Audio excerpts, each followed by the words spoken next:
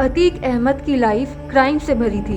Kidnapping, extortion, वसूली से लेकर मर्डर तक गैंगस्टर से नेता बने अतीक के नाम अपराधों की एक एंडलेस लिस्ट थी। हालांकि अतीक के पॉलिटिकल कनेक्शंस और मसल पावर ने यह इंश्योर किया था कि उनको कोई छू भी नहीं सके। अतीक अहमद के खिलाफ 100 से भी ज़्यादा केसेस पेंडिंग में थे। इसके बावजूद वो 5 बार लगातार उत्तर प्रदेश विधानसभा में इलेक्ट हुए हैं और एक बार पार्लियामेंट के मेंबर भी रह चुके हैं। एक रिपोर्ट के मुताबिक करंट पार्लियामेंट के नियरली 40% ऑफ मेंबर्स के अगेंस्ट कोर्ट में क्रिमिनल केसेस पेंडिंग है। गवर्नमेंट का मेन पर्पस सिटीजन्स को सेफ्टी और सिक्योरिटी प्रोवाइड करना होता है, पर अगर इलेक्टेड कैंडिडेट्स पे खुद ही क्रिमिनल रिकॉर्ड्स हों तो क्या वो एक ऐसे क्रिमिनल जस्टिस सिस्टम में दिलचस्पी लेंगे जो काफ़ी फास्ट और एफिशिएंट हो। अब सबसे पहले देखते हैं कि अतीक अहमद था कौन। अहमद ने पहली बार 1979 में 17 साल की उम्र में हत्या का आरोप लगने पर प्रयागराज की अपराध की गलियों में अपनी छाप छोड़ी थी।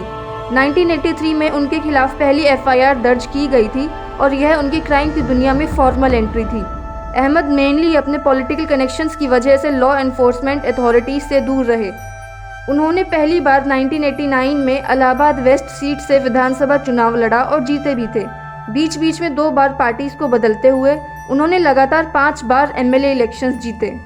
एक विधायक के रूप में पावर का टेस्ट चखने के बाद अहमद ने एक कदम आगे बढ़ाया और 2004 में समाजवादी पार्टी के टिकट पर लोकसभा चुनाव लड़ा। उन्होंने फूलपुर से चुनाव लड़ा और पार्लियामेंट तक अपनी पहुंच बनाई और 14th लोकसभा के सदस्य बने। विशेष रूप से यह वही सीट थी जहां भारत के पहले प्रधानमंत्री जवाहरलाल नेहरू ने रिकॉर्ड 3 बार जनरल इलेक्शन जीता था।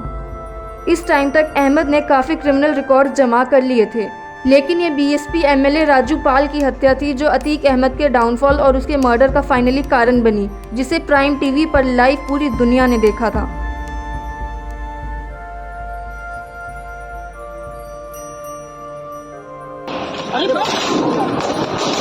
मेंबर ऑफ पार्लियामेंट बनने के बाद अतीक ने अपने यूपी असेंबली सीट छोड़कर अपने भाई खालिद अजीम उर्फ अशरफ को उसकी टिकट दी थी, लेकिन उसके ओपोनेंट राजू पाल एक ओबीसी कैंडिडेट जिसको बीएसपी ने खड़ा किया था, अशरफ को हराने में कामयाब रहे। हिसाब बराबर करने के लिए अतीक ने 25 जनवरी 2005 को शहर के धूमगंज इलाके में पाल पर कई डेडली अटैक्स किए और आखिरकार उसकी बेरहमी से हत्या कर दी। अदालती कार्रवाई के बाद दोनों भाइयों को जेल भेज दिया गया था, लेकिन अपने पॉलिटिकल कनेक्शंस की वजह से दोनों ही बाहर आ गए थे। उमेश पाल हत्याकांड के आरोपी उनके बेटे असद अहमद को यूपी स्पेशल टास्क फोर्स ने झांसी में एक भीड़ में मार गिराए जाने के 2 दिन बाद ही अतीक का अंत हो गया। अतीक अहमद ने भविष्यवाणी की थी कि वह जानता था कि वो उसके निर्माता से कैसे मिलेगा। अतीक ने ये पहले ही बोल दिया था, सबको पता होता है अंजाम क्या होना है, कब तक टाला जा सकता है, ये सब इसी की जड़ोजहाड़ है। अब ये सोचने की बात है कि क्राइम करने वाले लोग पॉलिटिक्स में एंटर ही क्यों करते हैं। ये प्रॉब्लम लाई कहाँ करती है। नेशनल क्राइम रिकॉर्ड्स ब्यूरो के रिपोर्ट के मुताबिक 2021 में सिर्फ 10,000 cases of murder dispose of किए गए थे, जिनका सिर्फ 42.4% कन्विक्शन रेट था। लॉ मिनिस्टर ने यह भी एडमिट किया है कि इंडिया के कोर्ट्स में लगभग 4.7 करोड़ से भी ज़्यादा केसेस पेंडिंग है। नंबर 2, सिटीजन्स ने एक फेल्ड क्रिमिनल जस्टिस सिस्टम को स्वीकार कर लिया है और इसी तरह वे न केवल क्रिमिनल रिकॉर्ड वाले सांसदों और विधायकों का चुनाव करते हैं, बल्कि एक्स्ट्रा जुडिशियल किलिंग्स की सराहना भी करते हैं। नंबर 3, क्रिमिनल गैंग्स को डील करने के लिए कल्चर ऑफ एनकाउंटर्स 90s के दौरान मुंबई में काफ़ी फेमस था, पर यह हमें काफ़ी बाद में रियलाइज़ हुआ कि सो कॉल्ड एनकाउंटर स्पेशलिस्ट्स अब पुलिस को भूलकर पॉलिटिशियंस, बिल्डर्स और लैंड ग्रैबर्स यानी कि ज़मीन हड़पने वालों के सगे हो गए हैं। नंबर 4, 1993 में ड्रेडेड क्रिमिनल्स और पॉलिटिकल पार्टीज के नेक्सस को स्टडी करने के लिए गवर्नमेंट ने एन वोहरा कमेटी बनाई। इस कमेटी ने बताया कि माफिया का नेटवर्क नॉर्मल स्टेट गवर्नमेंट से हट के एक खुद की पैरेलल गवर्नमेंट रन करता है। इस नेक्सस ने कंट्री में जगह जगह कई नोटोरियस माफिया डॉन्स को जन्म दिया है, जैसे कि मुख्तार अंसारी, अतीक अहमद और श्री प्रकाश शुक्ला यूपी से।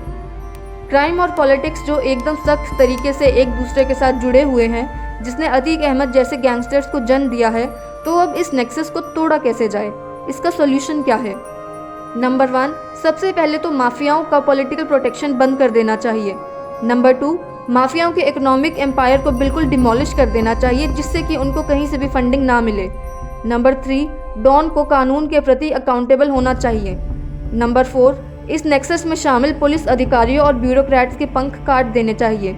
यूपी को इस इशू पर क्रेडिट देना चाहिए। आज हाईएस्ट लेवल पर यूपी में कोई माफिया को पॉलिटिकल प्रोटेक्शन नहीं है। उनके इकोनॉमिक एम्पायर को भी कोलैप्स किया जा रहा है। जैसे अतीक अहमद के केस में ईडी ने उसकी 75 लाख की प्रॉपर्टी पर रेड मारी और बेनामी डॉक्यूमेंट्स अपने कब्जे में कर लिए। अतीक का डाउनफॉल काफ़ी स्विफ्ट और ड्रामेटिक था। एक फियर डॉन से लेके एक जेल्ड एक्स पॉलिटिशियन तक उसने अपने पूरे एम्पायर को कुछ महीनों में ही क्रैश होते देखा है। अतीक की स्टोरी हमें इंडिया में क्राइम और पॉलिटिक्स के डीप रूटेड नेक्सस को भी याद दिलाती है। कुछ लोग यह सोल्यूशन दे रहे हैं कि ऐसे राक्षसों के लिए स्टेट जस्टिस काफ़ी नहीं है और इनका एनकाउंटर कर देना ही सही रहेगा, पर एक्ट्स ऑफ रिवेंज से सोसाइटी में रियल चेंज नहीं आएगा।